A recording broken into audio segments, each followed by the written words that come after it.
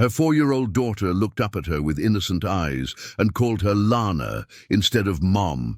She froze, confused, and gently asked who Lana was. The little girl smiled and said, "Daddy's friend who sleeps here." Her heart stopped. She turned to her husband and, "Hi, my beautiful family. May every woman listening right now feel heaven kiss her heart. May your pain turn into peace, your waiting into blessings, and your home overflow with love that never fades. You are the heartbeat of this world, strong, gentle, and endlessly radiant. May this season bring warmth to your spirit and light to your soul. Miracles are closer than you think, and grace is already walking your way. Tell me, my precious family, what are your preparations for the upcoming Christmas? Let your love and joy fill the comments. If your heart believes, like this message. If your spirit is ready to rise, comment. We rise together. Some moments split your life into before and after, and Zara Foster would forever remember the exact texture of the morning light streaming through the kitchen window when her daughter destroyed her world with a single word. "Lana, can I have more juice?" The glass pitcher hung suspended in Zara's hand, orange juice threatening to spill over the rim of Donna's cup as the words registered in her brain, like a foreign language she almost understood, but couldn't quite translate. She blinked, her heart suddenly beating in a strange, irregular rhythm that felt too loud in her chest, echoing in her ears like a drum warning of danger. "Baby, what did you call me?" Zara's voice came out softer than she intended, almost a whisper, as she carefully set the pitcher down on the breakfast table with trembling hands. Donna looked up from her coloring book, her face smeared with remnants of syrup, her brown eyes wide and innocent in that way only a child's can be, completely unaware of the bomb she was about to detonate. "Lana, that's your name, right?" "That's what Daddy calls her." The kitchen floor seemed to tilt beneath Zara's feet, the entire room spinning slightly. She gripped the edge of the table, her knuckles going white against the wood, fingernails digging into the surface. Across from her, Rick Dawson sat frozen with his fork halfway to his mouth, his face draining of color so rapidly he looked like he might be sick right there at the table, his breakfast forgotten. "Sweetheart," Zara said, kneeling beside her daughter's chair with effort, trying desperately to keep her voice steady, even as something cold and terrible started spreading through her chest like ice water in her veins. "I'm Mommy, who's Lana?" Donna smiled, that bright, guileless smile that made Zara's heart contract painfully in her chest. "Daddy's friend who sleeps here when you're at work. She makes special pancakes with the chocolate chips in the shape of smiley faces. You never make them like that. Lana's pancakes are way better than yours, and she lets me help." The world went completely silent, as if someone had pressed mute on reality itself. Zara could see Rick's mouth moving frantically, could see him setting down his fork with shaking hands, standing up from his chair so fast it scraped against the floor. But she couldn't hear anything over the roaring in her ears, like ocean waves crashing inside her skull. Her hands were shaking uncontrollably as she smoothed down Donna's hair with deliberate gentleness, as she forced herself to smile at her daughter like nothing was collapsing inside her chest, like the foundation of everything she'd built wasn't crumbling beneath her feet in real time. "Those sound like really good pancakes, baby. Special pancakes. When does Lana make them for you?" "Today, when you go to work early in the mornings. The days you have to be there before the sun comes up. Daddy says Lana is his very special friend, and I shouldn't tell you because it's supposed to be a big surprise for later when you're ready."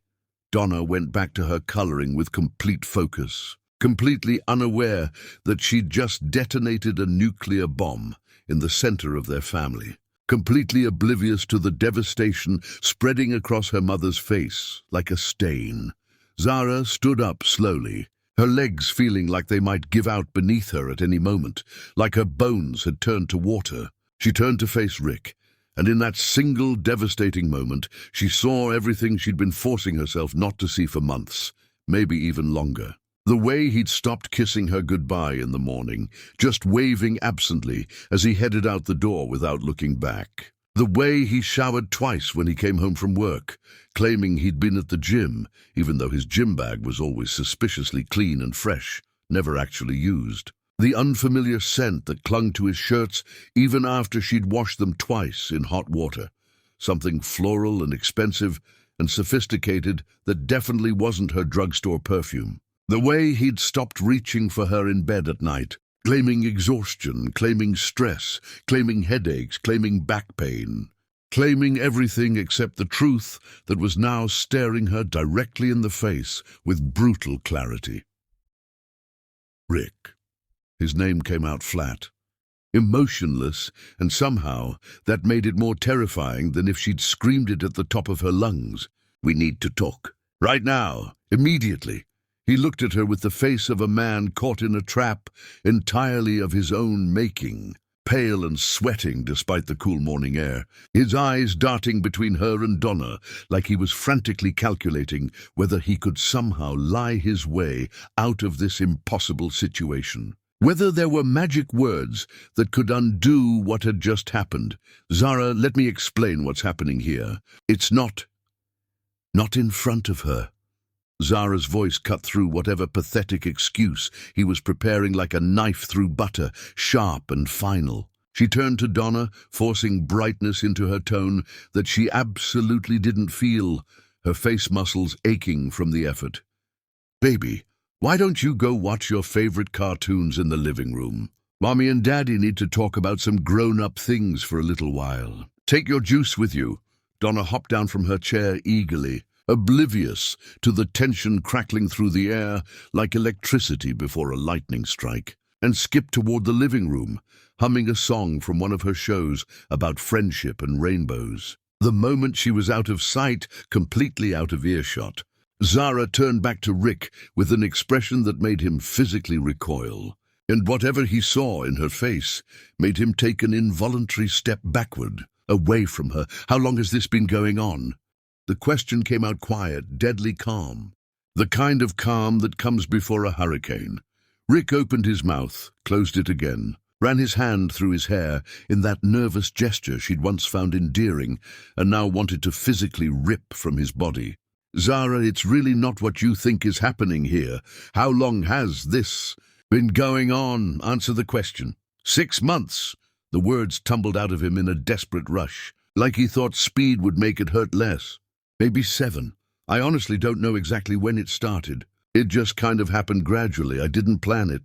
And you brought her here into our home." Zara's voice was still eerily, unnaturally calm, but her hands were clenched so tight her nails were cutting deep crescents into her palms, drawing blood that she didn't notice. "Into our home where our daughter lives. Into our daughter's life. You let her make breakfast for our child. You let her sleep in our bed. The bed where we sleep together, where we made love, where we conceived Donna. It wasn't like that. I swear to you." Rick started desperately, but Zara held up her hand sharply, cutting him off mid-sentence. Don't you dare try to minimize this or make it sound less terrible than it actually is." Her voice was rising now, the calm facade cracking like ice over a frozen lake in spring. "I worked double shifts at the hospital, Rick. 12, 14, sometimes 16-hour days. I managed the entire administrative department. I come home absolutely exhausted every single night, barely able to stand, and you know what I do? I make dinner for this family. I help Donna with her homework even when my eyes are burning. I do the laundry that never seems to end, the dishes, the cleaning. I take care of this house, this family, every single thing that needs to be done. And the entire time, all those months, you were bringing another woman into my home, letting her play house with my daughter, making her think she's part of this family, confusing my child about who her mother even is." Rick's face twisted into something defensive, something ugly and self-pitying that made Zara's stomach turn violently, made her want to physically recoil from him. "You're never here, Zara. You're always working, always focused on your precious career, your important meetings. When was the last time you actually paid real attention to me, to us, to what we had together? When was the last time you even looked at me like you loved me?" The sheer audacity of that statement hit her like a physical blow to the chest, knocking the wind from her lungs. Are you seriously blaming me for your affair right now? Are you actually standing in our kitchen, where I just found out you've been cheating on me with someone our 4-year-old daughter knows by name, someone she's bonded with, and you're telling me this is somehow my fault, that I drove you to this? I'm not saying it's your fault, I'm just trying to explain how things happened. Rick stumbled over his words, his face flushing an ugly red color that clashed with his pale complexion. You got so distant, Zara, so cold and unreachable. I needed someone who actually wanted to be around me, who made me feel appreciated and valued instead of like an inconvenience. Oh, poor Rick. Zara's laugh was sharp and cutting, like broken glass scraping against stone. Poor, neglected Rick, who couldn't handle his wife having a successful career, who needed someone to constantly stroke his fragile ego because I was too busy paying our mortgage and saving money for our daughter's future education. What's her last name? Lana, what exactly? Rick hesitated, and that single moment of hesitation told Zara absolutely everything she needed to know about where his loyalties lay. He was still protecting this woman, still choosing her, even as his marriage burned down spectacularly around him, even as his wife stood in front of him demanding answers. Lana Stewart. She's a real estate agent. We met when I was looking at some investment properties for our future, for retirement. Investment properties. Zara's voice went up an entire octave, disbelief coloring every word. What investment properties? We specifically agreed we weren't making any major financial decisions without discussing them together first. That was our explicit agreement, Rick. We shook hands on it. Rick's guilty silence was answer enough, was a confession in itself. Zara turned away from him, her mind racing frantically, pieces clicking into place like a horrifying puzzle, revealing its complete picture. The money she'd noticed missing from their joint account over the past few months. Small amounts at first, but growing larger. Amounts she'd questioned, but Rick had smoothly explained away with vague references to business expenses and unexpected costs. The lease papers she'd found tucked in his car last month that he'd claimed were for a friend who needed help with paperwork. The way he'd been distant not just physically, but emotionally, like he was living an entire separate life she wasn't part of, wasn't welcome in, wasn't even aware existed. You're paying for an apartment for her. It wasn't a question this time. It was a statement of fact. Rick's face confirmed it before his mouth could form the words, before he could even attempt another lie. It's more complicated than that, the situation. No, it's really not complicated at all. Zara turned back to him, and something in her expression made Rick take another step backward toward the door, like he was afraid of her. It's actually incredibly simple when you break it down to basics. You destroyed our family. You brought another woman into our daughter's life, confused her terribly, made her question who her own mother even is. You stole money from our accounts to support your mistress and her lifestyle. You've been lying directly to my face every single day for months, while I trusted you completely, while I worked myself to absolute exhaustion to build a secure future for us, and for our family. Zara, please just listen for 1 minute. Rick reached for her desperately, his hand extended, but she jerked away from his touch like it burned her skin, like his fingers were made of acid. Don't touch me. Don't you dare touch me right now. Her voice was shaking violently, but not with tears. With rage, with something deeper and colder and more dangerous than simple rage. How many times, Rick?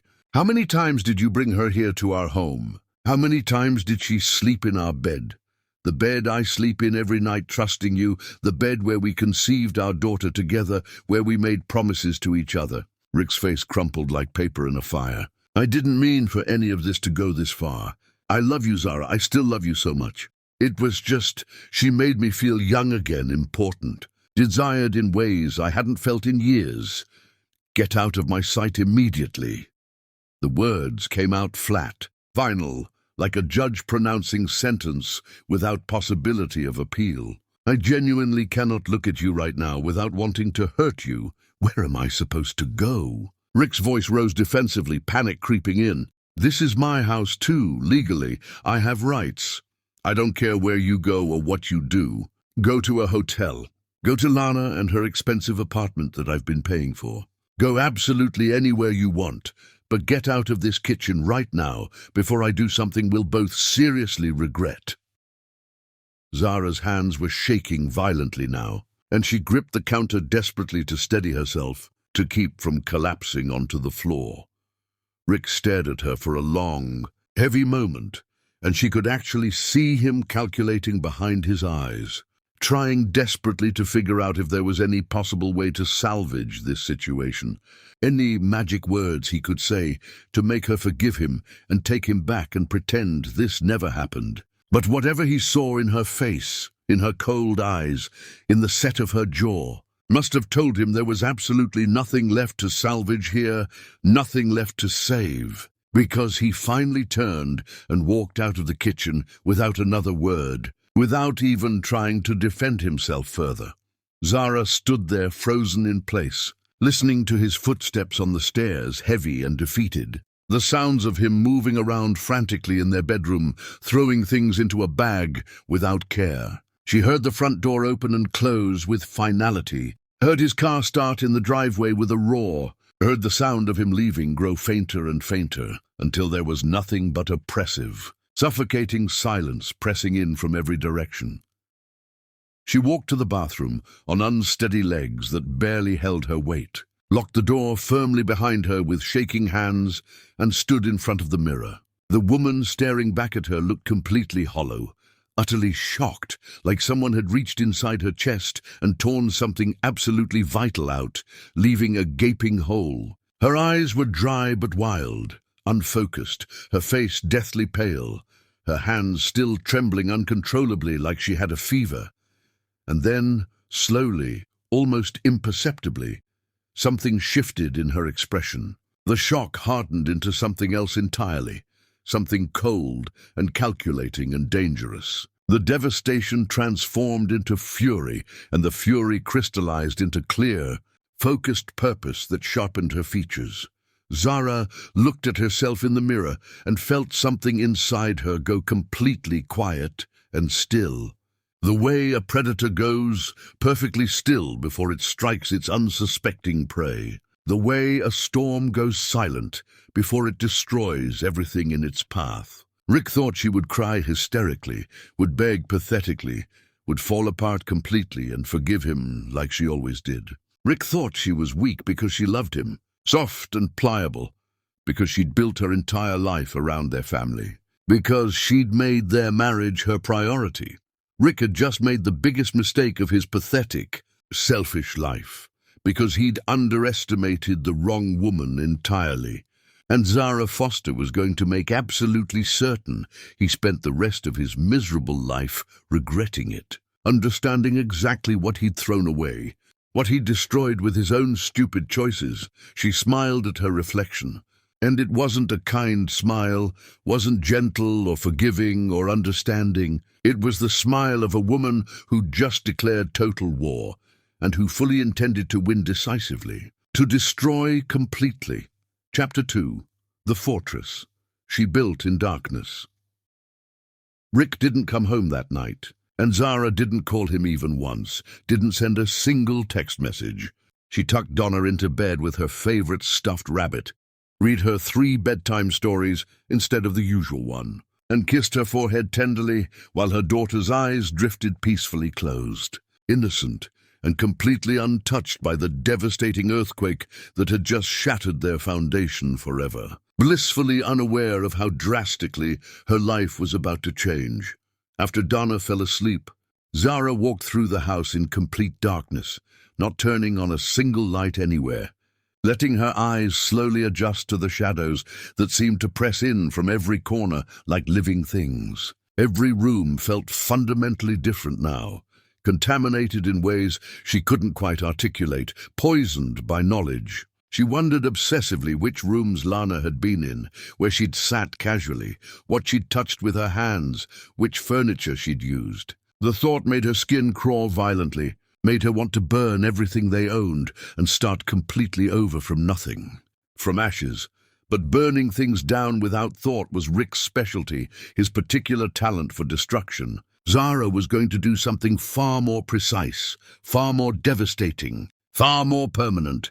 She went to Rick's home office, a room he'd claimed as his personal sanctuary years ago, always kept locked, always declared off-limits even to her, his wife. But Zara had known where he kept the spare key for years, taped carefully under his desk drawer, where he thought no one would ever look. She'd never used it before this moment, never felt the slightest need to invade his privacy, because she'd trusted him completely and absolutely, had faith in their marriage. That trust now felt like the most foolish, naive thing she'd ever given away so freely to someone who didn't deserve it. The office was exactly as Rick had left it in his panic, papers scattered carelessly across the desk. His laptop closed, but still faintly warm from recent use, his coffee mug still half full. Zara sat in his leather chair, turned on the desk lamp with its harsh fluorescent light, and started going through absolutely everything with methodical precision, like a detective gathering evidence at a crime scene. She wasn't angry anymore, not in the hot, explosive way from this morning. The rage had cooled and hardened into something far more dangerous than simple anger. Absolute crystalline clarity, purpose that cut like a diamond blade. The bank statements were tucked carefully in the bottom drawer, and Zara spread them across the desk surface, like evidence at a trial, like exhibits that would condemn him. There it was, laid out in black and white. Transaction after damning transaction. Money bleeding steadily out of their joint account, in amounts carefully calculated to be small enough not to trigger any automatic alarms, but definitely large enough to add up to something significant over time. Dinners at expensive restaurants she'd never been to, never even heard of, places where a single meal cost more than she spent on groceries for a week. Hotel rooms charged repeatedly to their account. Shopping charges at high-end stores that sold women's clothing and jewelry, luxury items she'd never seen. A recurring monthly payment to something called Riverside Luxury Apartments that made her blood run cold in her veins. Zara pulled out her phone with shaking hands and searched the address with growing horror. Downtown, waterfront, the kind of place where a single bedroom cost more per month than some people's entire mortgages, the kind of building that had a doorman and valet parking. Rick had been paying for Lana's luxury apartment, while Zara clipped coupons, obsessively, and worried constantly about their savings, about Donna's future education fund that seemed to grow slower than it should, about their retirement accounts that never seemed adequate. She kept digging deeper into his files, kept uncovering more lies buried like bodies. Rick's laptop opened without any password protection because he'd always been frustratingly careless about security, always told Zara she was paranoid and overcautious when she suggested he protect his devices properly. Inside, his email told the complete story her heart already knew, but her mind desperately needed confirmed in writing, needed to see in black and white. Messages to Lana going back 8 full months, not 6, like Rick had claimed this morning in the kitchen. Sweet messages at first, flirtatious and attention-seeking, the kind of pathetic garbage men write when they're desperately trying to feel important and valued. Then they got progressively more explicit, more sexually graphic, more absolutely damning, with every exchange. Plans to meet at specific hotels on specific dates when Zara would be working. Detailed discussions about when Zara would be working her longest shifts, when the house would be empty. Lana sending photos that made Zara's stomach turn violently. Photos she had to force herself to look at as evidence, as proof. But it was the recent emails that made Zara's blood run absolutely ice-cold in her veins, that made her hands shake so hard she could barely hold the mouse. Lana pressuring Rick aggressively about their future together, about when exactly he was going to leave his wife, about how much longer she had to wait patiently in the shadows, like a secret. Rick's responses were weak and non-committal. Pathetic, really, obviously stringing her along with vague promises and empty words. And then, 3 weeks ago, an email from Lana with a subject line that made the entire room spin sickeningly, that made Zara feel like she might vomit, We need to talk about the baby immediately." Zara opened it with hands shaking so violently she could barely control the cursor, barely click the right button. Lana was pregnant. 8 weeks along, according to the details she'd written. She'd attached an ultrasound photo, a grainy little blob of grey and white that represented another life. Another massive complication. Another bomb waiting to explode and destroy everything further. Another child that would tie Rick to this woman forever.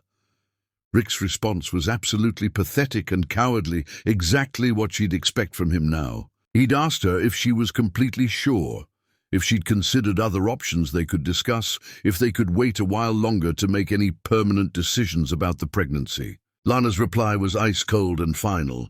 "I'm keeping our baby, Rick, with or without you being involved. But I'd strongly prefer with, make your choice soon, because time is running out."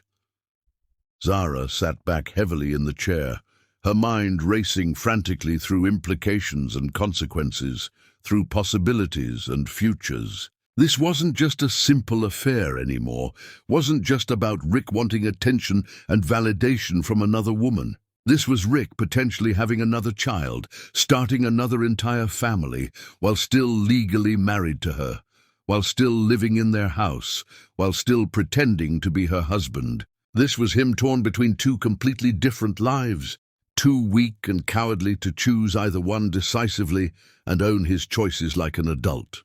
She took photos of absolutely everything with her phone, her hands finally steadying as purpose took over. Every bank statement, every incriminating email, every receipt and transaction record. She uploaded them carefully to a cloud storage account Rick didn't know existed, backed them up twice on different services, emailed copies to herself, made absolutely sure she had copies of copies that could never be lost or destroyed or explained away. Then she went through his desk drawers even more carefully, finding additional evidence she hadn't expected to discover. Documents for a storage unit she'd never heard him mention even once in conversation. A second credit card in his name, only that she didn't know about, with statements showing even more spending she knew nothing about. A handwritten note from Lana on expensive stationery that said in flowing script, "Last night was absolutely everything I dreamed it would be. Thank you for finally seeing me, really seeing me for who I am.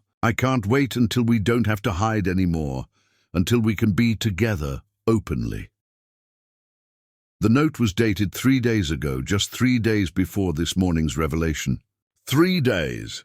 While Zara had been working a brutal 14-hour shift at the hospital, rushing home exhausted to make dinner for her family, falling asleep on the couch in her work clothes because she was too tired to even change. Rick had been with Lana, making promises about their future together, building a fantasy life, planning a world that didn't include his wife and daughter. Zara's phone suddenly buzzed loudly in the silent room, making her jump violently. A text from Rick. "Can we please talk? I'm so sorry. I know I messed up badly. Please just talk to me. I need you."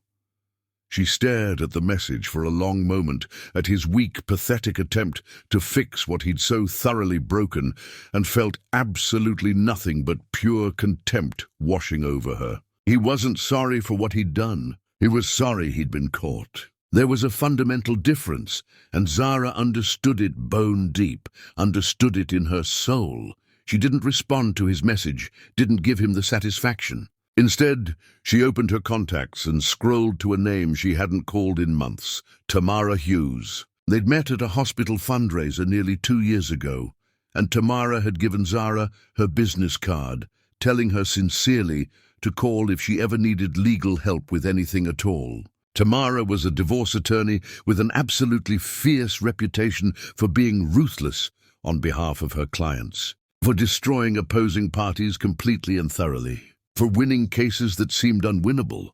Zara drafted a careful email, keeping it brief and professional despite her emotional state, despite the rage burning in her chest. She explained the situation clearly and concisely, attached some of the most damning evidence she'd found tonight, and asked for a consultation as soon as humanly possible. She hit send before she could second-guess herself or talk herself out of it, before fear could make her hesitate. The reply came back within 20 minutes. Even though it was almost midnight, even though any reasonable person would be asleep. Zara, I'm so incredibly sorry you're going through this nightmare. I have an opening tomorrow morning first thing. Come to my office at 9 sharp. Bring absolutely everything you found tonight. We're going to make sure you and your daughter are completely protected. And Zara, based on what you've sent me already, he doesn't stand a chance against us. See you tomorrow. Zara felt something unclench painfully in her chest, felt relief wash over her. She wasn't alone in this fight. She had concrete proof, she had professional help, and she had the critical element of surprise. Rick thought he could apologize his way back into her life, thought she would eventually forgive him because she always had before when he messed up, because she was soft and forgiving and loved him. But the woman who always forgave him, who always gave him another chance, who always put his needs before her own, died this morning in the kitchen. The woman sitting in his office right now was someone completely new, someone harder and sharper and more dangerous, someone who would make absolutely sure Rick Dawson paid dearly for every lie, every betrayal, every moment he stole from their family to give to another woman, every dollar he spent on his mistress. Her phone buzzed again insistently in her hand. Another text from Rick, longer this time. I love you. Please believe that. I know I hurt you terribly, but we can fix this together. We can go to counseling. I'll do whatever it takes. Just please don't give up on us. Zara looked at the message, at his cheap words that meant absolutely nothing, that were just empty sounds, and typed a single, carefully calculated sentence in response. Come home tomorrow night at 7. We need to discuss next steps. Don't contact me before then. She needed him to think there was hope, needed him to believe she might actually consider reconciliation and forgiveness, needed him to relax. Because the moment Rick thought he was safe, the moment he relaxed and let his guard down completely, she was going to systematically destroy him so completely and thoroughly he'd spend the rest of his life trying desperately to remember what it felt like to have everything, to have a family who loved him.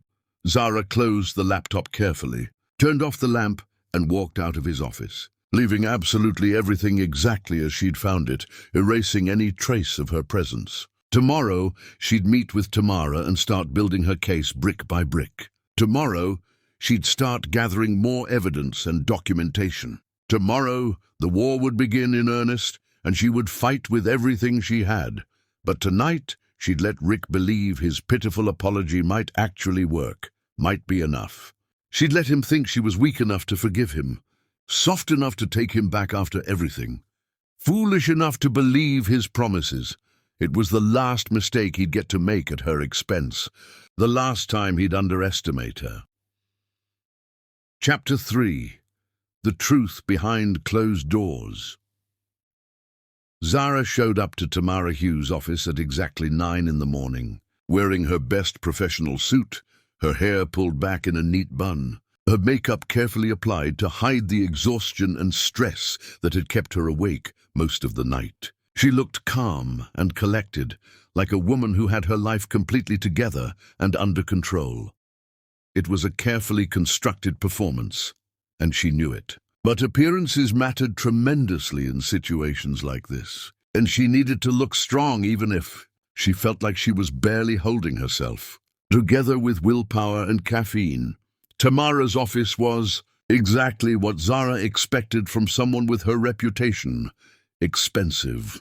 Furniture that spoke of success, law degrees and awards covering one entire wall, and an energy that absolutely screamed competence and authority. Tamara herself was in her late 40s, sharp-eyed and direct, the kind of woman who didn't waste precious time on pointless pleasantries when there was serious work to be done. "Show me what you found," Tamara said after the briefest of greetings, gesturing to the large conference table. Zara spread out everything she'd collected the night before. The bank statements, the printed emails, the photos on her phone, the receipts and transaction records. She walked Tamara through it all methodically and thoroughly. her voice remaining steady even when she got to the part about the pregnancy, about Lana being in her home, about Donna calling this other woman by name like she was part of their family.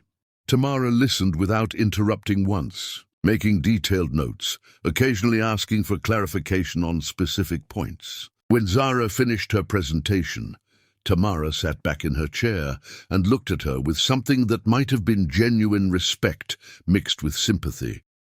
"You've done my job for me," Tamara said bluntly.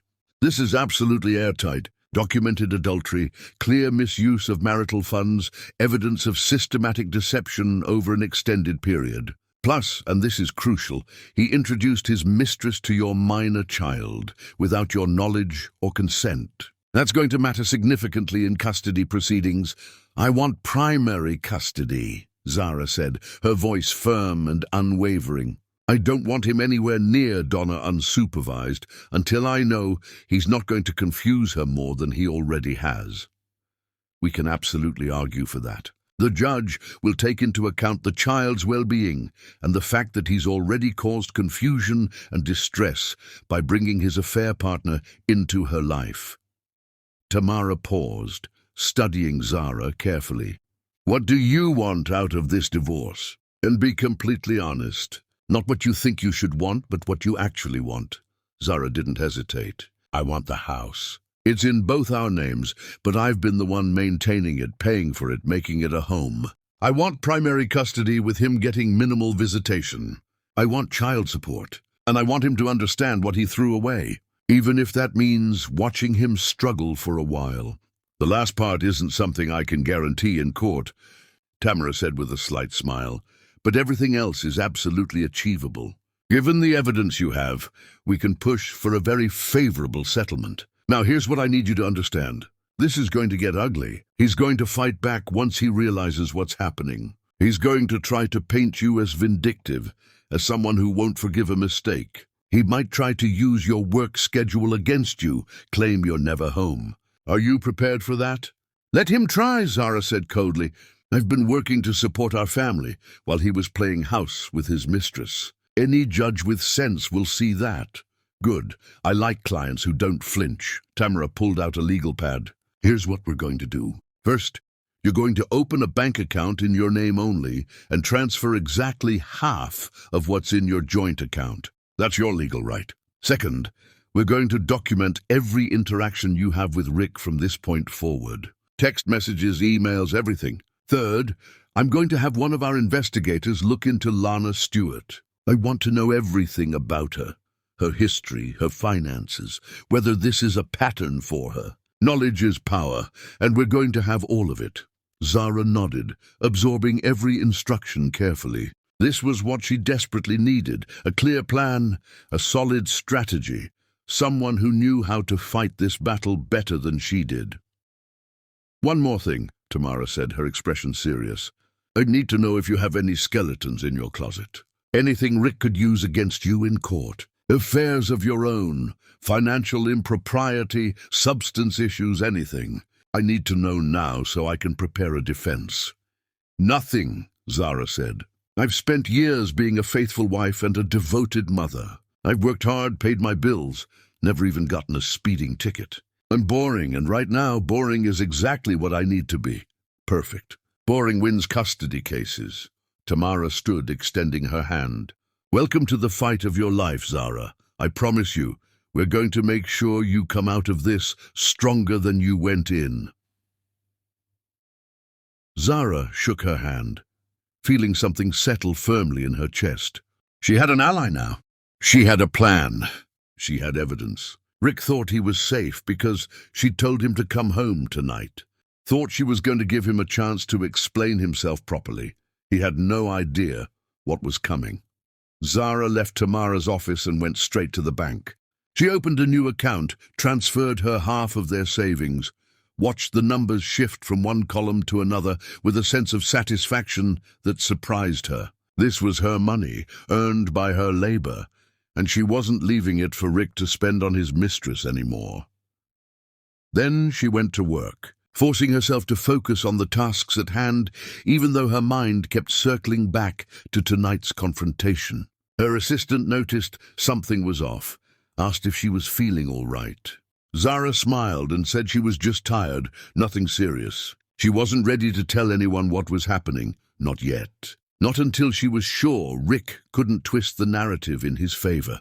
When evening came, Zara picked up Donna from daycare and took her to Rick's mother's house. Patricia Dawson loved her granddaughter fiercely, and Zara had always had a good relationship with her mother-in-law. Patricia answered the door with a warm smile that faltered when she saw Zara's expression. "Is everything all right, honey?"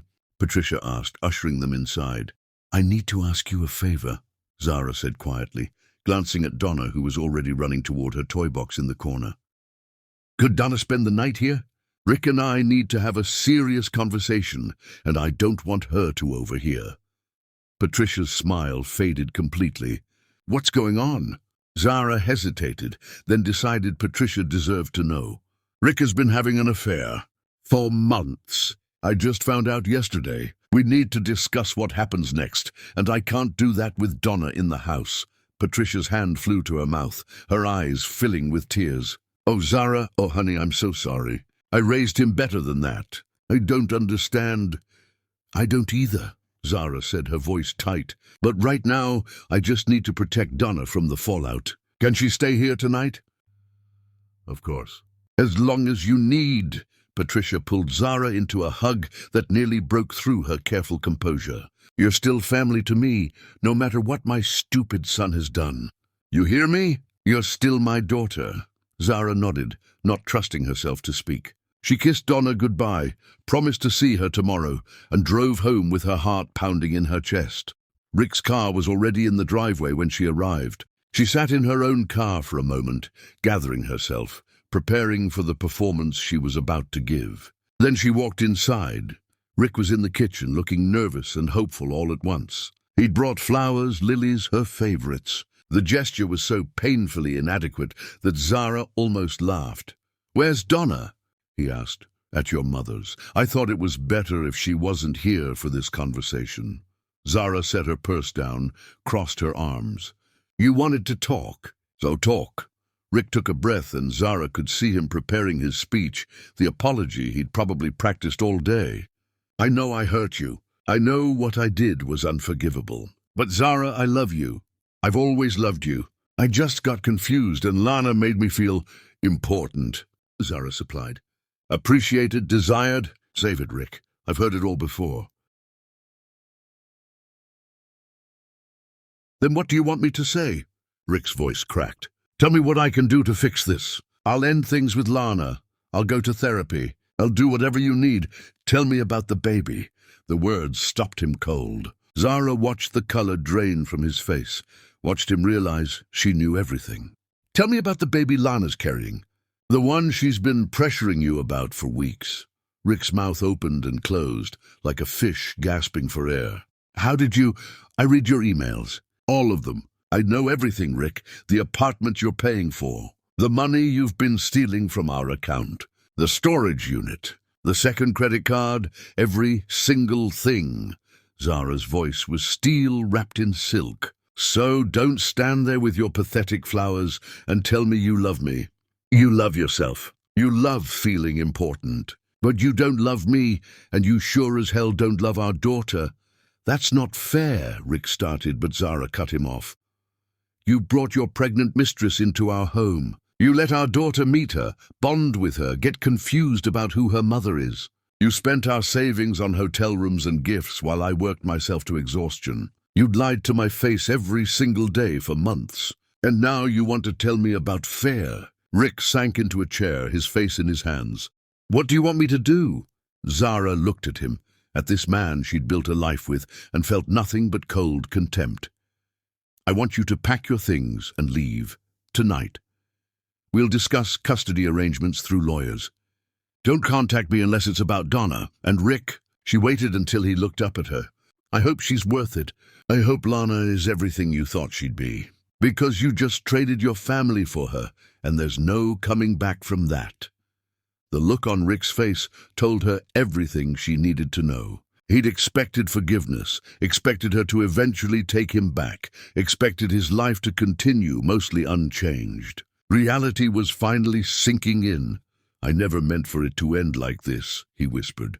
No one ever does, Zara said. But here we are. Chapter 4. The Woman in the Mirror. Zara didn't sleep after Rick left with 2 suitcases and a face full of shock and disbelief.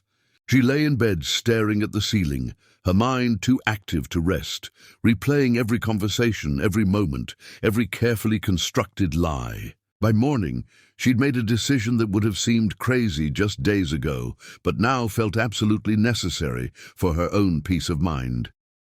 She needed to meet Lana Stewart face to face, needed to look her in the eyes, not to scream at her, not to fight over Rick's worthless affection and validation. Zara needed to look this woman directly in the eyes and understand what kind of person could do what she'd done without apparent remorse. She needed to see if Lana had any idea whatsoever that she was being used just as much as Zara had been, just in different ways. She found Lana's phone number in Rick's email and sent a text from her own phone. This is Rick's wife. Meet me at Brews and Beans at noon today. Come alone. We need to talk. Lana responded within minutes. I'll be there. Now Zara sat in a corner booth, nursing a coffee she couldn't taste, watching the door with growing anxiety. When Lana walked in, Zara felt her breath catch in her throat. The woman was striking, no denying it whatsoever. Tall, polished, with the kind of calculated beauty that came from knowing exactly how to present herself. She wore designer clothes that probably cost more than Zara's monthly salary, her hair perfectly styled, her makeup absolutely flawless. Lana spotted Zara immediately and walked over with surprising confidence. No shame, no hesitation whatsoever. She slid into the booth across from Zara and ordered a tea when the server came by. So you're the wife? Lana said, her voice cool and appraising, like she was evaluating merchandise. And you're the home wrecker, Zara replied evenly. Though I suppose that's not quite accurate, since you also appear to be pregnant with my husband's child. Lana's hand went instinctively to her stomach, a protective gesture that told Zara everything. Rick told you about the baby. Rick didn't tell me anything. I found out myself. He's not quite as clever as he thinks he is. Zara studied Lana carefully, looking for signs of guilt, of remorse, of anything remotely human. What did you think was going to happen here? That Rick would leave me, marry you, and you'd all live happily ever after? Why not? Lana's tone was defensive now. It happens all the time. Men leave wives who don't appreciate them for women who do. Appreciate them, Zara repeated, the words bitter on her tongue. Is that what you call it? Making him feel special while I was working to support our family? Sleeping in my bed while I was saving for our daughter's future? Your daughter, not his? Lana's smile was sharp. Interesting choice of words. She's mine in every way that matters. I'm the one raising her, caring for her, putting her first. What does Rick do besides show up occasionally when it's convenient? Zara leaned forward. Let me tell you something about the man you're having a baby with. Rick is good at beginnings. He's charming, attentive, makes you feel like you're the center of his universe. But once reality sets in, once things get hard, he disappears. He'll do it to you, too. You're just bitter because he chose me, Lana said, but there was uncertainty creeping into her voice now. He didn't choose you. He chose easy. He chose someone who doesn't know him well enough yet to see his flaws, someone who still thinks he's special instead of just ordinary. Zara took a sip of her coffee. Tell me, how much has Rick told you about his life? About his past relationships? Lana hesitated. Enough! Did he tell you about losing his last position because he couldn't handle the pressure? Or how about the credit card debt I had to help him pay off? Did he mention that his own mother worries about his inability to take responsibility for anything? Zara watched Lana's face carefully. No, that's what I thought. You're lying, Lana said, but her voice wavered. I'm not, and you know it. Otherwise, you wouldn't look so worried right now. Zara set her cup down. How much has Rick been helping you with rent? Let me guess. He told you his finances were complicated because of me, because I control everything. Lana's silence was confirmation enough. Here's the truth. Rick has been using marital funds to support you. Money that I earned, that should have gone to our daughter, he's been spending on your apartment, your lifestyle. And now that I've frozen those accounts, he has nothing. No savings, no job prospects that'll pay what he was making, no way to support two families. Zara leaned back. So tell me, Lana, now that he has nothing to offer you, how long before you're gone? I love him, Lana said, but it sounded hollow even to her own ears. No, you don't. You love what he represented, security, attention, the fantasy of being chosen. But love doesn't destroy families. Love doesn't let a man cheat on his wife and confuse his daughter. Zara stood up, gathering her things. Good luck with the baby. You're going to need it, because the man you think you know doesn't exist. You're just the next woman in line learning that lesson the hard way. She walked out before Lana could respond, leaving her sitting there with her expensive tea and her crumbling illusions. Zara didn't know if the conversation would change anything, didn't know if Lana would stay or go. But she'd needed to say her piece, needed to look the other woman in the eye and let her know exactly what she'd won. The rest of the day passed in a blur of activity and planning. Zara picked up Donna from Patricia's house, listened to her daughter's excited stories about baking cookies with Grandma, and tried to act normal, even though nothing felt normal anymore. That evening her phone rang. It was an unknown number, but something made her answer. Zara Foster? The voice was female, professional, authoritative. Yes?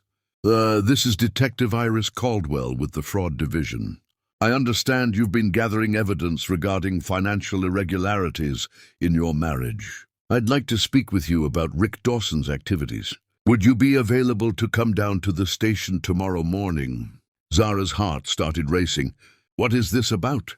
My team, we've been investigating some irregularities involving Mr. Dawson's workplace finances. Your attorney contacted us with information that may be relevant to our ongoing case. I'd prefer to discuss the details in person if possible. Zara agreed to come in the next morning, then hung up feeling stunned. She called Tamara immediately, her hands shaking. I took the liberty of reaching out to some contacts, Tamara explained calmly. The evidence you found suggested Rick was stealing from you. I wanted to see if he'd been doing the same at his workplace. Turns out he had been. They've been conducting a quiet internal investigation for weeks now. So what does this mean for my case? Zara asked. It means Rick's problems just got significantly bigger than a divorce. It means he's going to be too busy dealing with potential criminal consequences to fight you effectively on custody or assets. It means, Zara, that we just got handed leverage most people only dream about having. Zara hung up and sat in stunned silence, processing this new information. Rick wasn't just a cheating husband and a liar. He was a thief, someone willing to steal from the people and organizations who trusted him most. And now everyone was going to know it. She should have felt victorious and vindicated. Instead, she just felt exhausted and strangely sad for the man she'd once believed Rick to be, before she knew who he really was underneath the charming exterior. Chapter 5. When Everything Falls Apart. Rick called Zara 17 times over the next 2 days. She didn't answer any of them. Whatever he wanted to say, she didn't want to hear it. Her lawyer handled all communication now, clean and professional, the way things should have been from the start. On the third morning, Tamara called with news. Rick was served with divorce papers at the coffee shop, where he's been staying near his office. I made sure the petition included detailed documentation of the affair and financial misappropriation. It's all public record now. How did he react? Zara asked, surprised by how little she cared about the answer. According to the process server, not well at all. He tried to argue, claimed we needed to work this out privately through mediation. But the legal proceedings are officially underway now. There's no going back. Tamara paused. There's something else. The workplace investigation concluded yesterday. They found evidence of unauthorized transactions going back 8 months. Rick's being asked to repay what was taken within 30 days or face potential legal action. Zara absorbed this information silently. Part of her, the part that had loved Rick once upon a time, felt a twinge of sympathy. But the larger part, the part that remembered Donna saying Lana instead of Mom, felt that he'd created his own mess and deserved to live with the consequences. "What happens next?" she asked. "We wait for his response to the divorce petition. His attorney will probably try to negotiate, argue for joint custody, claim the evidence is circumstantial. But with the workplace situation and the ironclad proof of the affair, we're in a very strong position." Tamara's voice softened slightly. "How are you holding up?" "I'm managing," Zara said. "Some moments I'm angry, some moments I'm just numb. Mostly I'm worried about Donna. She keeps asking where Daddy is and when he's coming home. That's natural and healthy for a child her age. Kids are resilient, but transitions are hard. Have you considered getting her into play therapy, someone who specializes in helping children process family changes constructively?" "I'll look into it today," Zara promised. That afternoon, Patricia called, her voice tight with emotion and disappointment. "Zara, honey, Rick came by the house this morning. He's struggling badly. He's saying you're trying to destroy his entire life, that you're being vindictive and cruel." "I'm protecting myself and Donna," Zara replied firmly. "There's a significant difference between those things." I know that. And I told him as much. I told him he made his choices knowingly, and now he has to live with the consequences." Patricia sighed heavily. "But he's still my son. It's breaking my heart to see him like this, even though I know completely he brought it on himself." "I understand," Zara said, and she meant it. "I don't want to put you in the middle of this, Patricia. If you need space from me—" "Don't you dare finish that sentence," Patricia interrupted fiercely. "You and Donna are my family. What Rick did doesn't change that.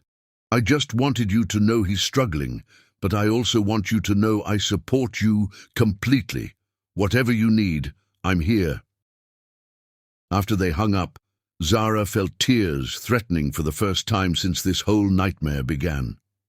Patricia's unwavering support meant more than she could express. At least Donna wouldn't lose her grandmother through all this chaos.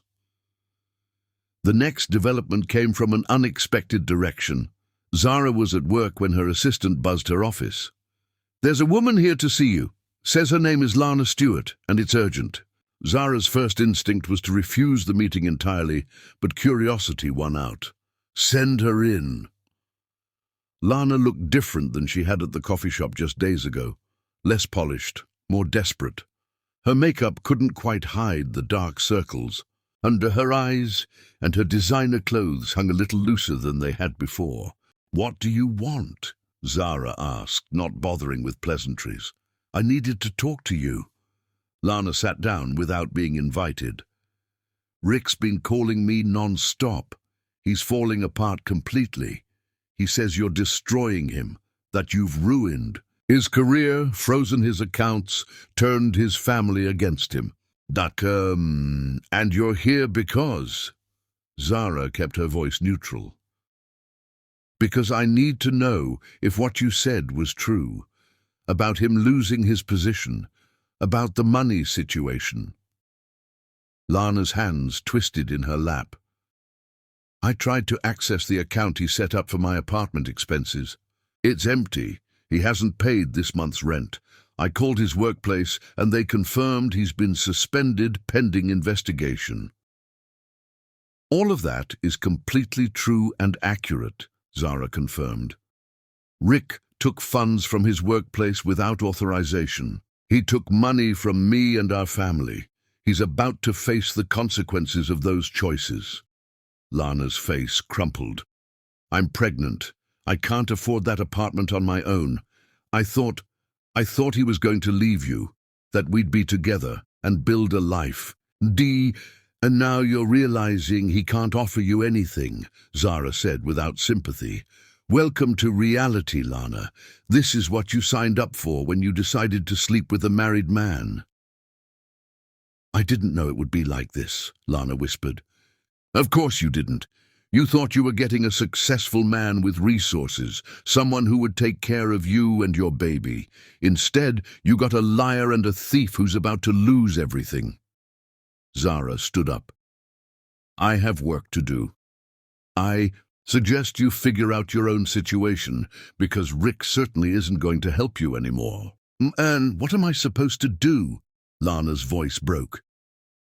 I don't know. And honestly, I don't care, Zara said, but her tone was less harsh than her words.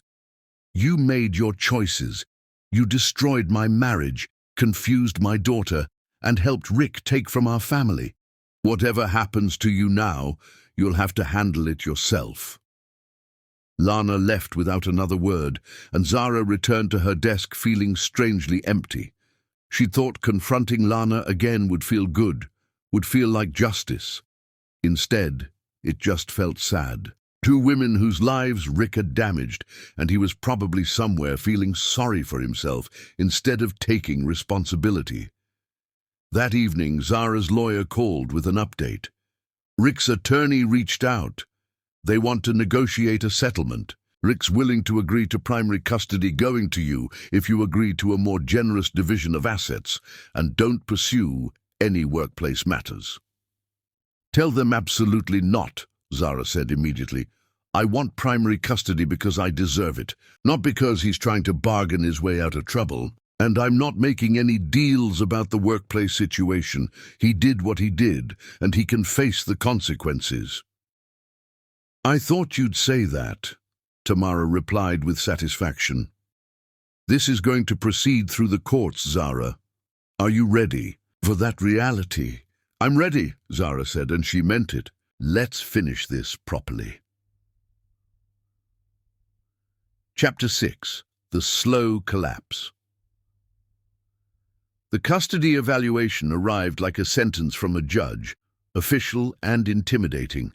A court-appointed psychologist would interview both Zara and Rick separately, then speak with Donna in a child-friendly environment designed to make her comfortable. Zara spent hours preparing meticulously, making sure her home was absolutely perfect, gathering extensive documentation of her involvement in Donna's life, school records, medical appointments, activity schedules, everything that proved she was the primary parent. Rick, according to Tamara's sources, showed up to his evaluation unprepared and emotional.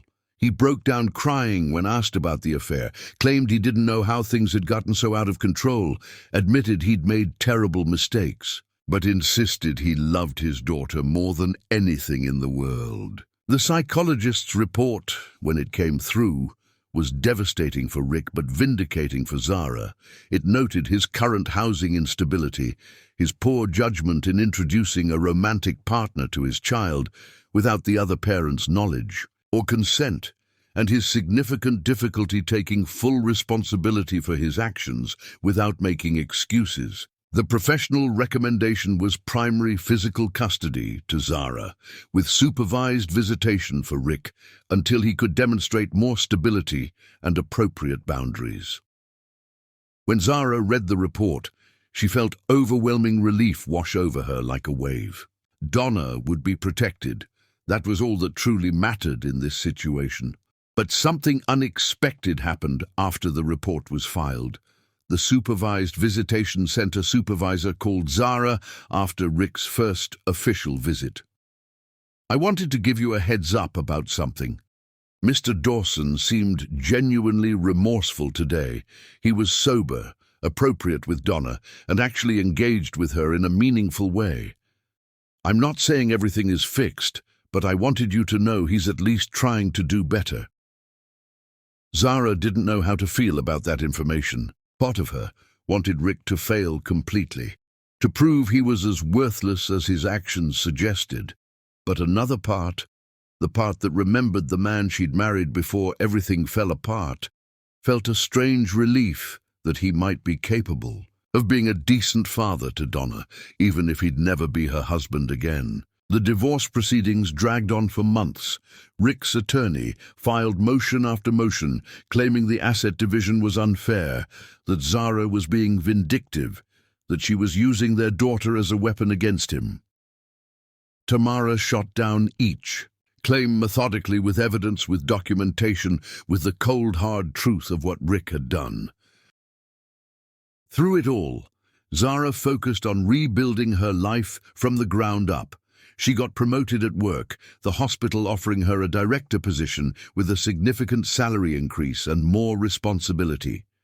She redecorated the house systematically, room by room, erasing Rick's presence and creating something that felt entirely hers and Donna's. She started taking Donna to therapy regularly, watching her daughter slowly process the changes in their family structure. And she started dating Warren Blake, a surgeon she'd met at a hospital fundraiser months ago. They'd connected over their shared understanding of demanding careers, and their first date was coffee that turned into dinner that lasted 4 hours. Their second date included Donna, Warren suggesting they visit a children's museum together so he could meet the most important person in Zara's life. But Warren wasn't perfect, and Zara found herself grateful for that reality.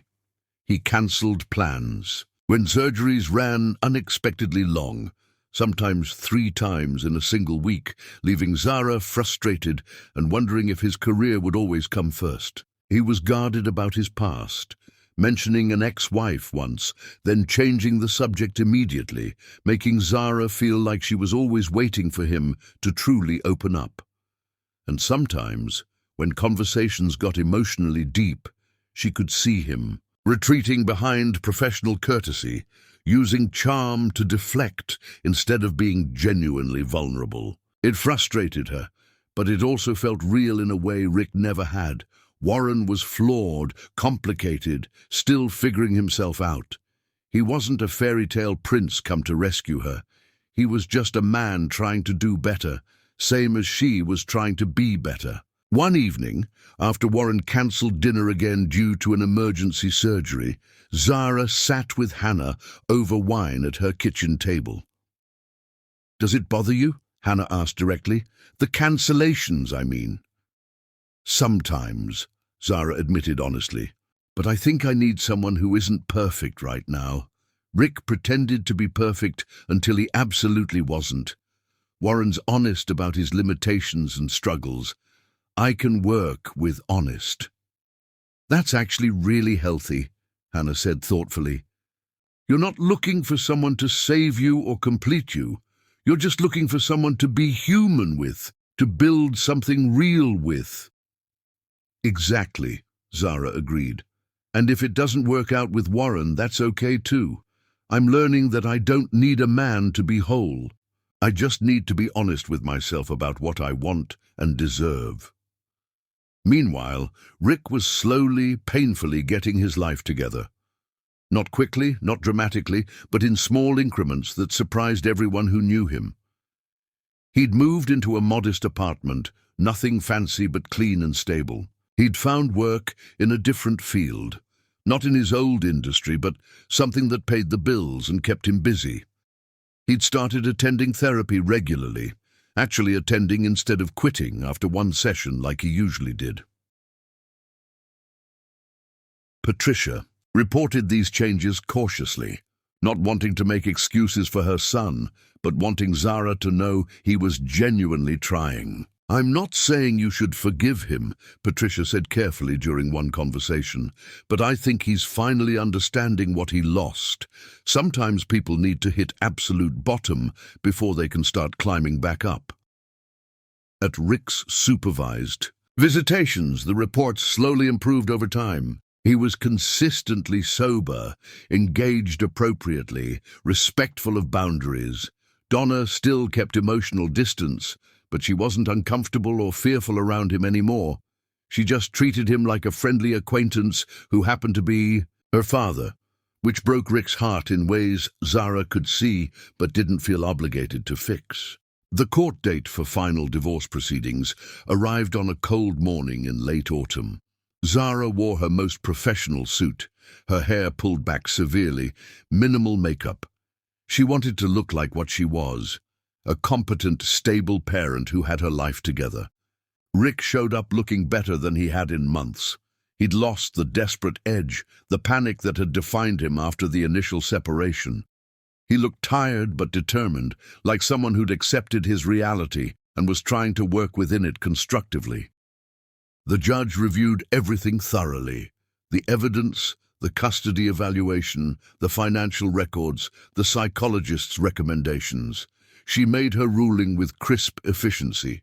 Primary physical custody to Zara Foster. Rick Dawson would be granted supervised visitation, progressing to unsupervised visits if he maintained demonstrable stability for 6 consecutive months. Assets would be divided 70-30 in Zara's favor.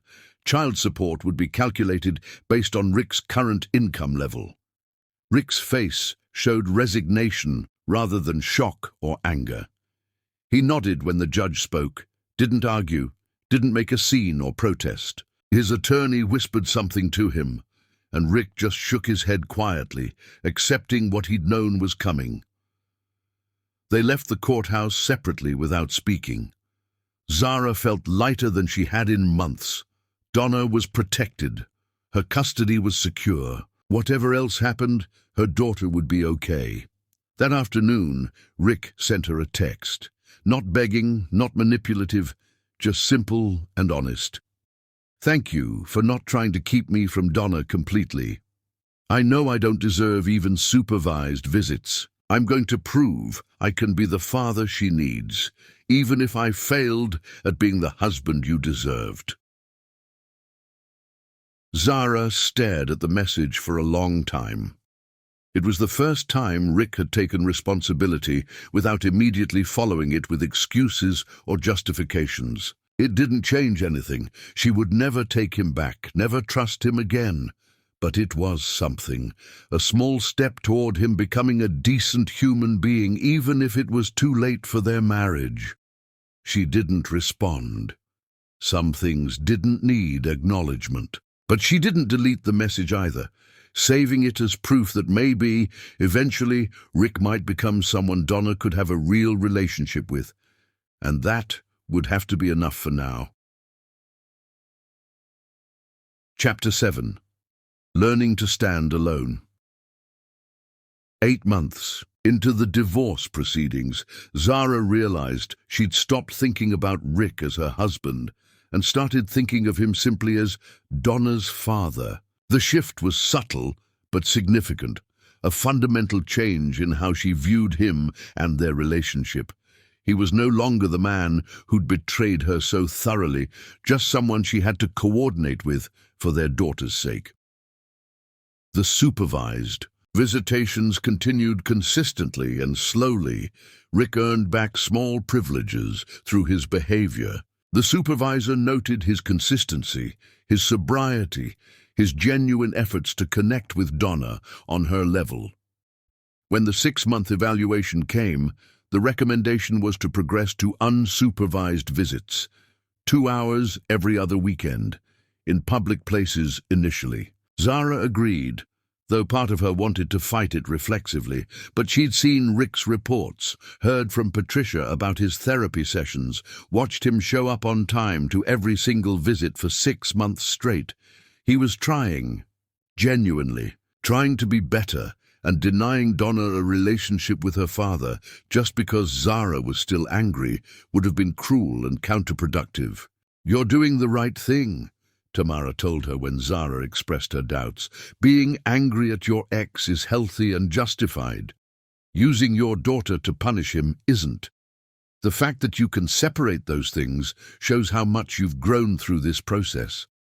Warren's reaction was more complicated and revealed his own baggage. They'd been dating for 8 months now, and he'd become a fixture in Zara's life, though not without ongoing friction and adjustment. When Zara told him about the unsupervised visits, Warren's jaw tightened visibly. "Are you sure that's safe, after everything he did to you and Donna?" "He's her father, Warren. He made terrible choices as a husband, but all the reports say he's appropriate with Donna now." Zara studied his face carefully. Why does this bother you so much? Warren was quiet for a long moment, wrestling with something internal. My ex-wife used our custody arrangement as a weapon for years. Every time I disappointed her, she'd threaten to take my son away completely. I haven't seen him in 3 years because she moved across the country and I couldn't afford to fight her in court. His voice cracked slightly. I know Rick doesn't deserve sympathy after what he did, but I also know what it's like to have someone you love kept from you unjustly.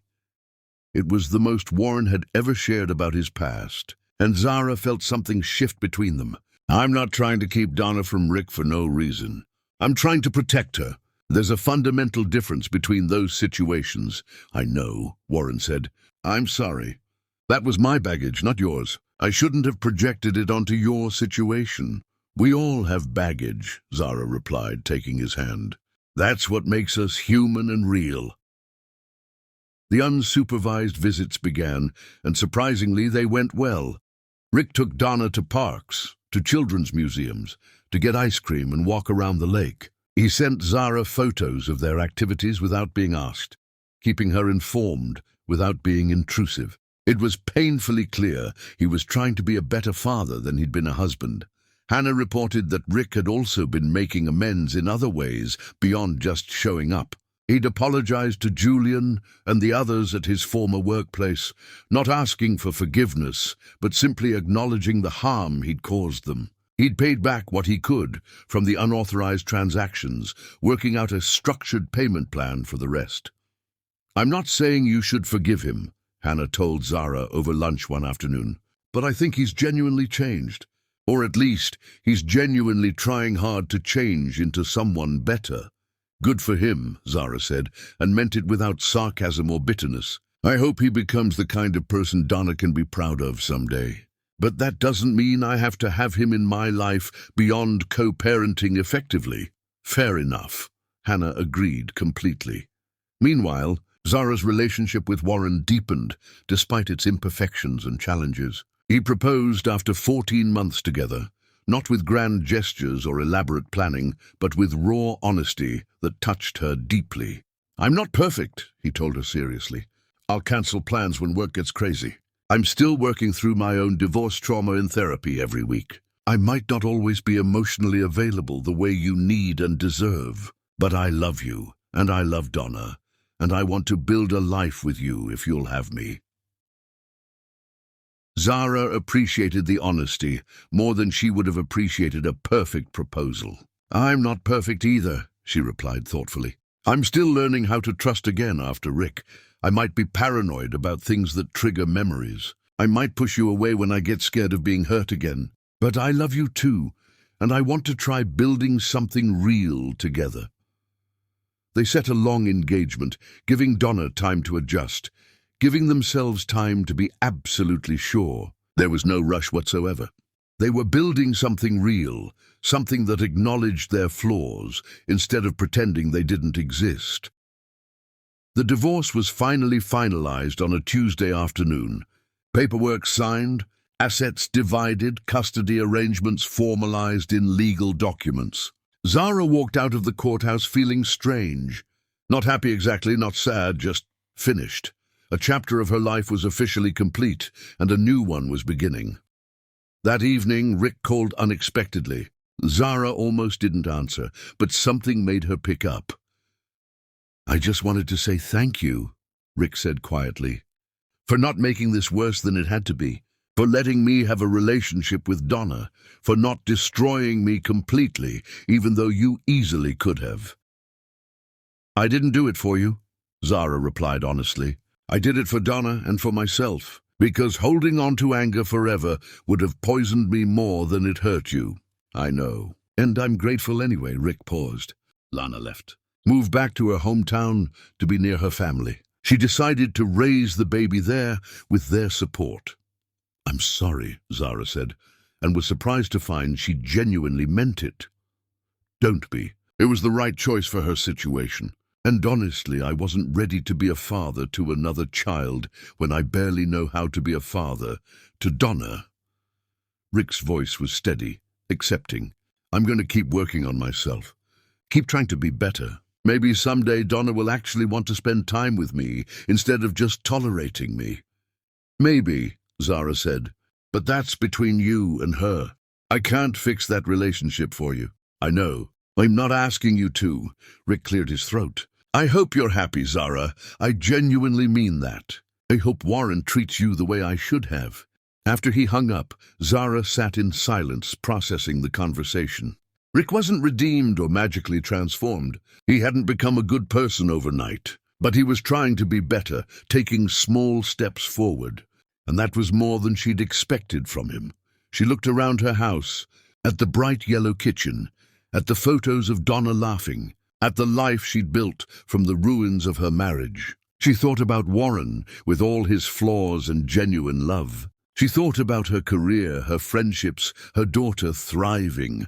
Rick had broken her heart and shattered her trust completely. But in doing so, he'd also set her free to discover who she was without him. And that woman was stronger, wiser, more complete than the woman who'd frozen at the breakfast table when her daughter said the wrong name. Some betrayals destroy you. Others remake you into something unbreakable.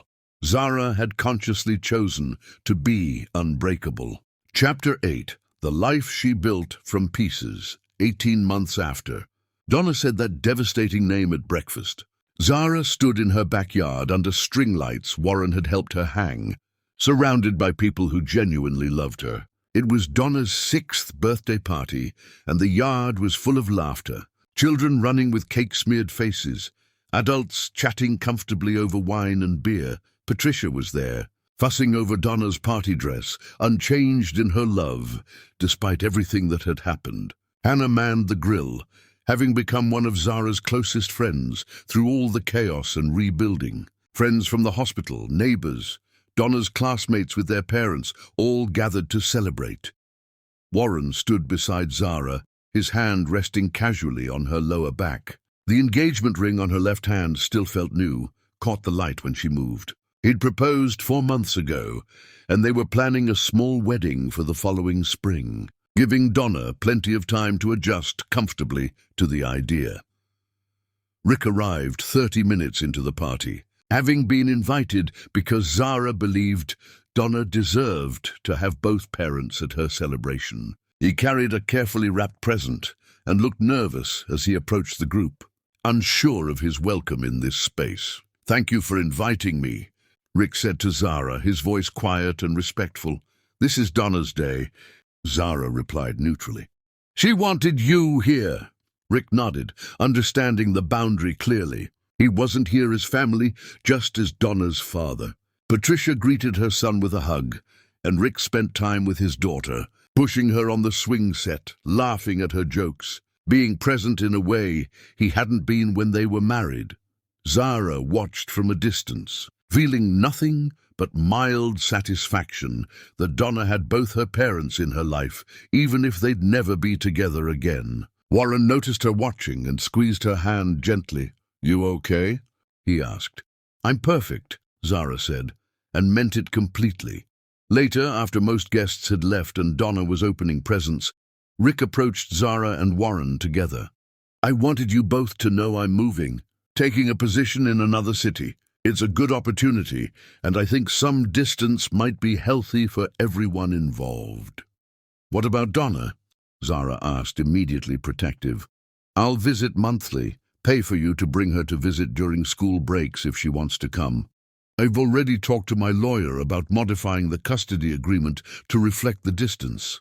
Rick looked at his daughter, his expression sad but accepting. "I know I don't get to be the main parent. I lost that right.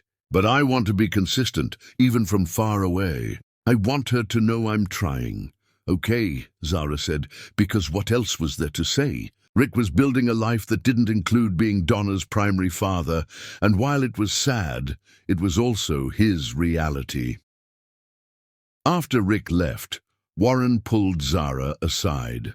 "I need to tell you something. The hospital offered me a position as head of surgery. It would mean significantly longer hours, more administrative work, less time with you and Donna." Zara felt her stomach drop. "Are you taking it?" I don't know, Warren admitted. I want to professionally. It's an incredible opportunity.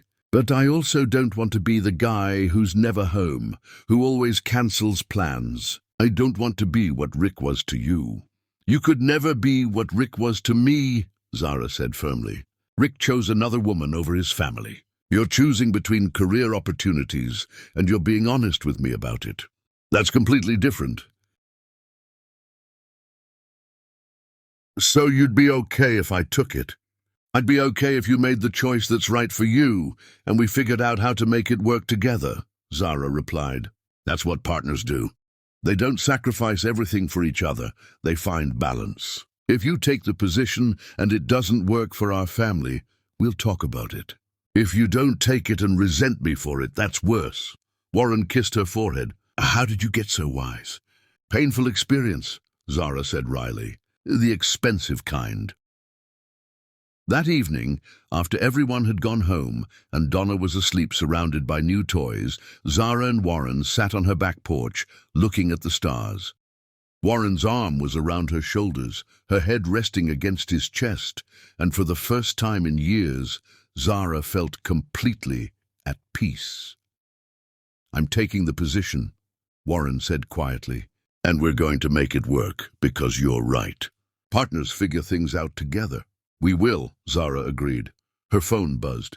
A text from an unknown number saw the photos from Donna's party on social media. She looks happy. You look happy. I'm glad for both of you. Take care of our girl. Rick. Zara read the message and felt nothing but distant acknowledgement. Rick was part of her past, a chapter that had ended. He would always be Donna's father, would always be connected to her life in that limited way, but he was no longer someone who could hurt her. She deleted the message without responding and turned her attention back to Warren, to the future they were building together, to the life she'd created from the wreckage of her marriage. What are you thinking about? Warren asked. I'm thinking about how sometimes the worst thing that happens becomes the catalyst for the best thing that follows, Zara said.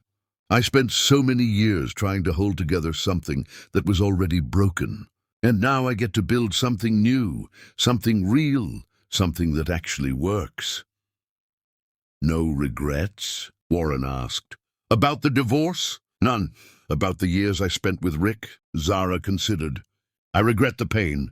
I regret what Donna went through. But I can't regret the whole thing because it taught me what I'm worth. It taught me I can survive the worst kind of betrayal and come out stronger. It taught me I don't need someone to complete me. I just need someone to be honest with me.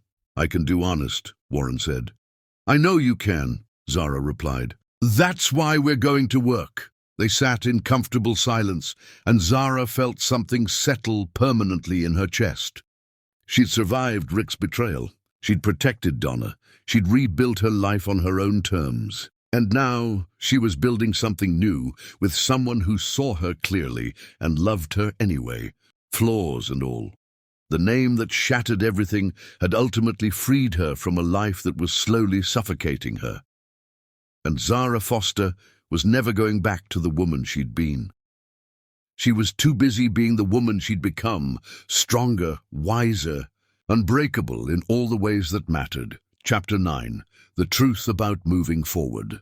The wedding planning process revealed more about Warren than 18 months of dating had shown Zara.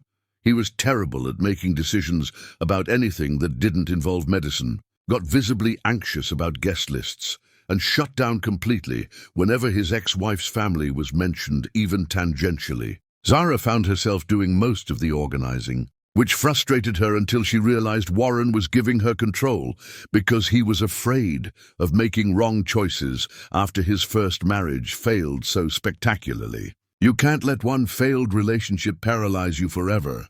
Zara told him one evening when he'd agreed to 3 different venue options just to avoid conflict and decision-making. I need you to actually have opinions, Warren. I need you to be a partner in this planning process, not just along for the ride. I'm sorry, Warren said, looking genuinely distressed. My ex used to say I was controlling, that I never listened to what she wanted. I'm trying not to make the same mistakes. So now you're making different mistakes by not participating at all, Zara replied, but her tone was gentle and understanding. I don't need you to be perfect. I just need you to be present. Tell me what you actually want, and we'll figure it out together. It was a breakthrough, and slowly Warren started engaging more authentically. He admitted he hated the idea of a big wedding, would prefer something small with just close friends and family. He said he wanted Donna involved in the ceremony meaningfully, making her feel part of their new family from the beginning. He even admitted he was terrified of being a stepfather, worried he'd mess up somehow, and Zara would see him the way she saw Rick. You're not Rick, Zara said firmly. Rick made selfish choices and lied about them systematically. You're making honest mistakes and talking to me about your fears openly. Those aren't even in the same universe. Meanwhile, Rick continued his monthly visits with Donna. He'd moved to a city 3 hours away, taken a position that paid less but gave him stability and routine. He video called Donna twice a week, sent her cards on holidays, and slowly, painfully, was building something that resembled a functional father-daughter relationship. It wasn't perfect. Donna still kept some emotional distance, still saw Rick as someone who'd left rather than someone who was trying to come back. But she no longer cried when it was time for visits, no longer asked Zara if she had to go see Daddy. During one pickup, Rick pulled Zara aside. I want you to know I'm seeing someone.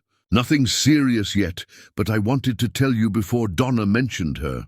That's fine, Zara said, and meant it. You don't need my permission to date, Rick. We're divorced.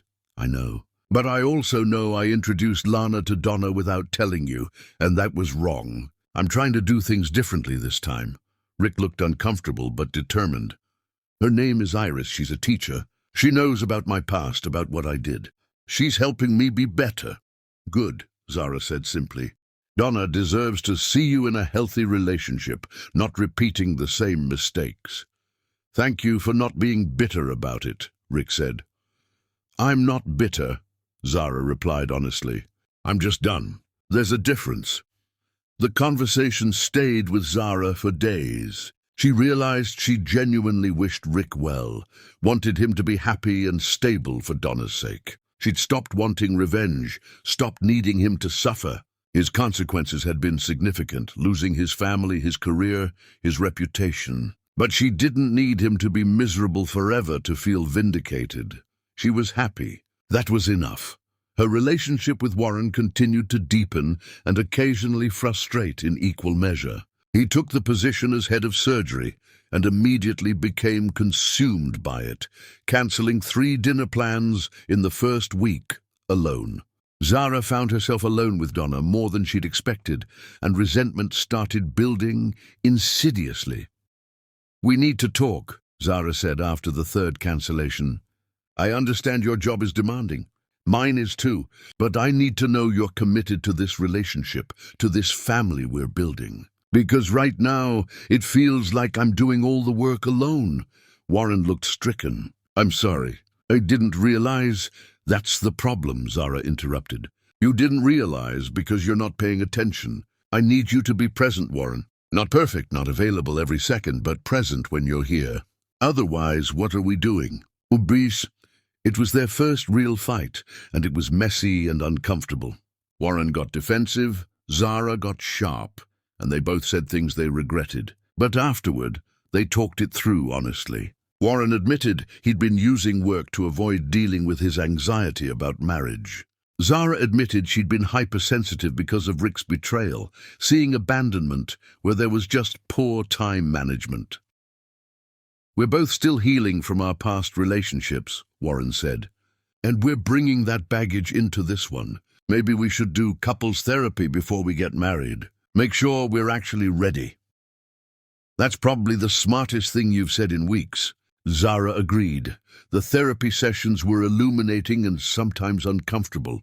Their therapist pointed out that Zara had a pattern of overfunctioning to compensate for partners who underfunctioned, and Warren had a pattern of withdrawing when he felt criticized. They were replicating their dysfunctional patterns with each other, even though they both wanted something different. You're not doomed, the therapist assured them. But you're both going to have to do work. Real work, not just hoping things get better. They did the work. Warren learned to communicate when he felt overwhelmed, instead of just disappearing. Zara learned to voice her needs before resentment built up. It wasn't easy, and they had setbacks, but they kept showing up for each other and for therapy.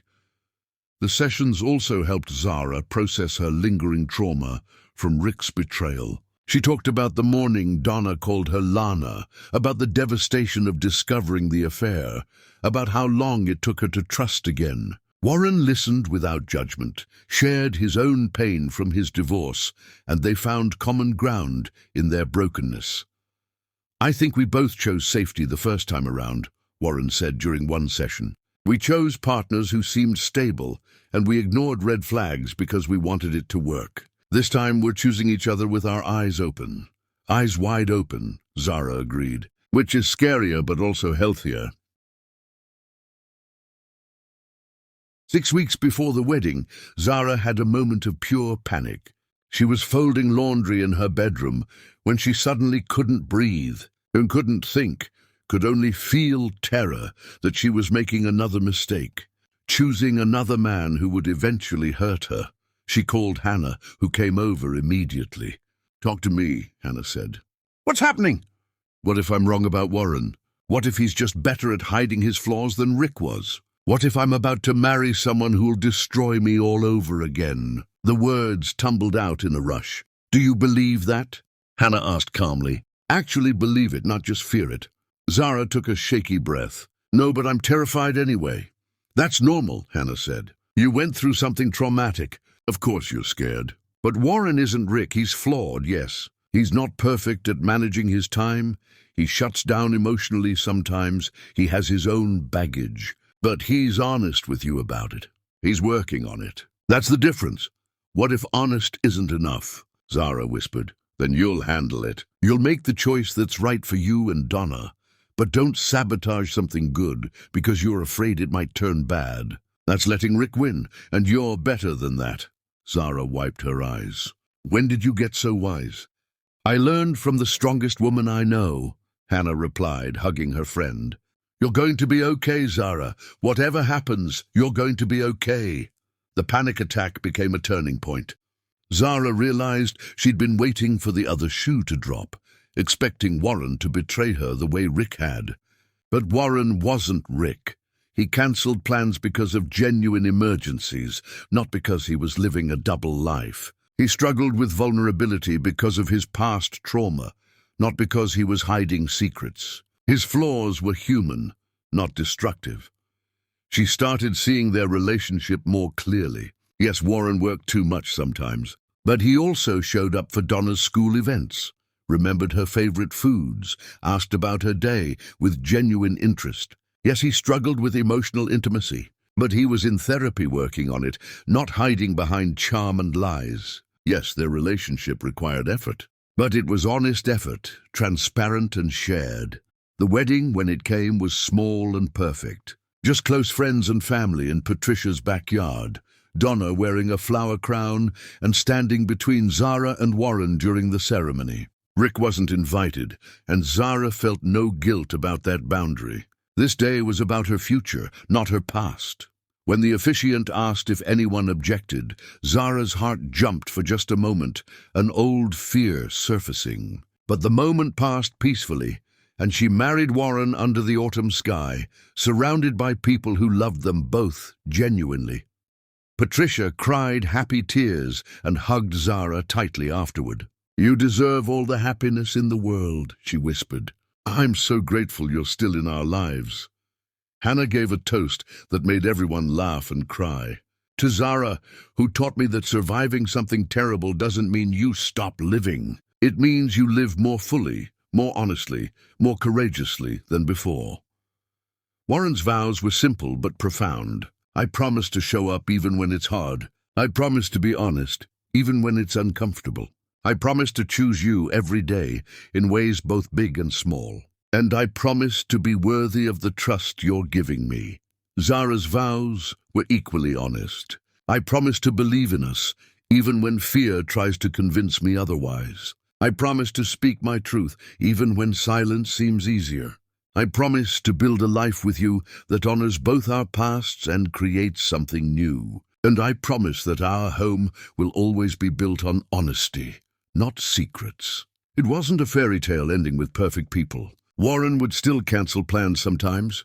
Zara would still get triggered by things that reminded her of Rick. They would still fight, still frustrate each other, still have to work at their relationship. But it was real. It was honest, and it was hers, and that made all the difference in the world. Chapter 10. The Woman Who Chose Herself. 2 years after Donna called her Lana, Zara woke up in her sun-filled bedroom with Warren beside her and Donna's laughter echoing from downstairs. She lay there for a moment, soaking in the peace of it, marveling at how different her life looked from the morning her world had shattered. The divorce was ancient history now.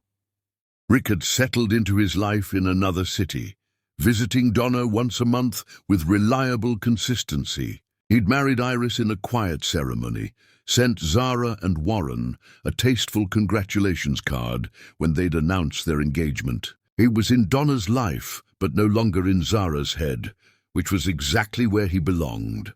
Donna had adjusted better than anyone expected. She called Warren by his name, had a good relationship with him, but understood he wasn't trying to replace her father. Her therapist reported she was thriving, processing the family changes in healthy ways, showing no signs of lasting trauma.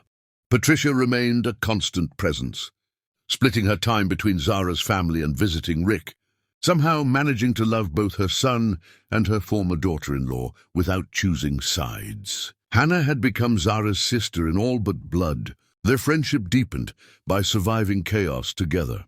Warren came downstairs to where Zara was making breakfast, wrapping his arms around her waist from behind. "Morning," he murmured into her hair. "Morning," she replied, leaning back against him. "Sleep okay?" "Better than okay." He kissed her neck.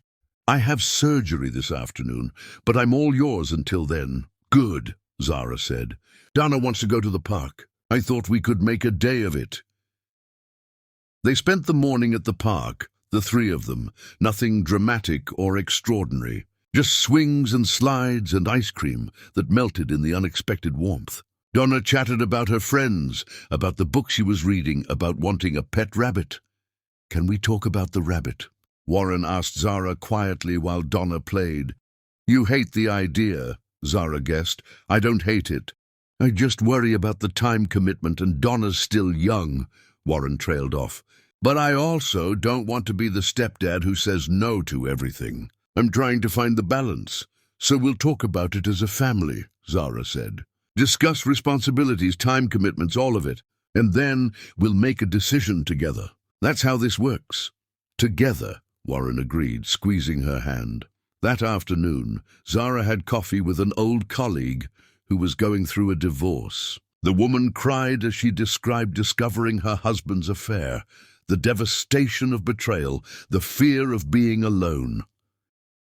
"How did you do it?" the woman asked Zara. "How did you survive and come out okay?" Zara thought carefully before answering. "I don't know if I have good advice because every situation is different, but I can tell you what helped me. I stopped trying to understand why he did it and focused on what I needed to do next. I protected my daughter. I got good legal help. I let myself be angry without letting anger consume me." She paused. "And I learned that surviving someone's betrayal doesn't mean you have to hate them forever. It just means you have to stop letting them define your worth." "Do you forgive him?" the woman asked. "I don't think about him enough to forgive or not forgive him," Zara said honestly. "He's just someone I used to know, someone I co-parent with. The man who hurt me doesn't exist anymore, and neither does the woman he hurt. We both became different people." Later, picking Donna up from a playdate, Zara ran into Lana at a grocery store. They recognized each other immediately, both freezing, neither sure what to say. "Hi," Lana said finally, looking uncomfortable. "I wasn't sure if you'd want me to acknowledge you." "It's fine," Zara replied, meaning it. "How are you?" "Good, better." Lana gestured to her stomach, visibly pregnant again. My husband and I are expecting a fresh start. I'm happy for you, Zara said, and was surprised to find she meant it. Genuinely, I'm sorry, Lana blurted out, for everything I did. I was selfish and thoughtless, and I helped destroy your family. I don't expect forgiveness, but I wanted you to know I've spent a lot of time thinking about the choices I made and how wrong they were. Zara studied the woman in front of her, seeing not a villain, but just another person who'd made terrible mistakes. I appreciate you saying that. For what it's worth, I hope you've learned from it. I hope you build something good with your husband, something honest.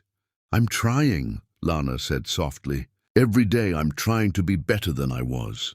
They parted ways, and Zara continued her shopping, feeling lighter. She'd let go of so much anger she hadn't even realized she was still carrying. Lana didn't need to be the villain of her story anymore. Neither did Rick. They were just people who'd made choices, and those choices had consequences, and life had moved on for everyone.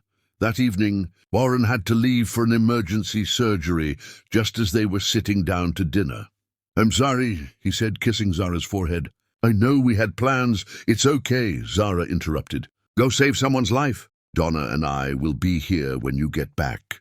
After he left, Donna looked at Zara thoughtfully. Are you sad Warren had to leave? A little disappointed, Zara admitted. But that's different from sad. Warren's doing important work. I'm proud of him for that, even when it means he can't be here. Did you love Daddy like you love Warren? Donna asked, the question catching Zara off guard. I did, Zara said honestly, but it was different. I was younger, and I didn't know myself as well. I loved your father very much, but we weren't right for each other. Sometimes love isn't enough if people aren't healthy together. But you and Warren are healthy, Donna pressed. We're working on it, Zara said. Every day, we're working on being good for each other. That's what matters. I'm glad you're happy, Mommy, Donna said, hugging her tight. You smile more now. The simple observation brought tears to Zara's eyes. From the mouth of a child came the truest assessment of her journey. She did smile more now. She laughed more freely, loved more openly, lived more fully. That night, after Donna was asleep, Zara stood in her kitchen, her bright yellow kitchen that looked nothing like the one where her world had ended. She poured herself a glass of wine and thought about the woman she'd been 2 years ago, frozen and devastated, her daughter's innocent words destroying everything. That woman felt like a stranger now. She'd been so focused on holding everything together that she hadn't realized the foundation was rotten. Rick's betrayal had destroyed something that needed destroying, freeing her to build something genuine. She'd learned she was stronger than she knew. She'd learned to ask for help. She'd learned that protecting herself and protecting her daughter weren't mutually exclusive. She'd learned that forgiveness wasn't about the other person. It was about releasing yourself from the poison of endless anger. She'd learned that loving someone new didn't erase the pain of the past. It just proved that pain doesn't have to define your future. Her phone buzzed. A text from Warren. Surgery went well. Patient is stable. Love you. Home in an hour.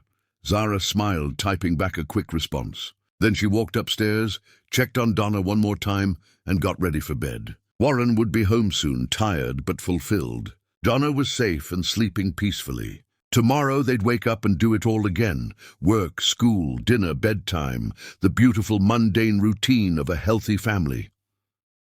2 years ago, she couldn't have imagined this life. Couldn't have imagined surviving what Rick did to her, let alone thriving afterward. But here she was, not just surviving, but genuinely happy in a way that had nothing to do with anyone else and everything to do with knowing her own worth. The name that shattered everything had ultimately saved her. Because in breaking apart, she discovered pieces of herself she hadn't known existed. And in putting those pieces back together, she'd built something unbreakable. She was Zara Foster, mother, professional partner, survivor, fighter. Woman who'd been betrayed and chosen to rise anyway. Woman who'd learned that the ending of one story was just the beginning of a better one. The doorbell rang, Warren having forgotten his keys again. Zara smiled, went downstairs, opened the door to let him in. He looked exhausted and exhilarated all at once. "Rough night?" she asked. "Long night," he corrected. "But I'm home now." "You're home," Zara agreed, pulling him close, and that was everything she needed.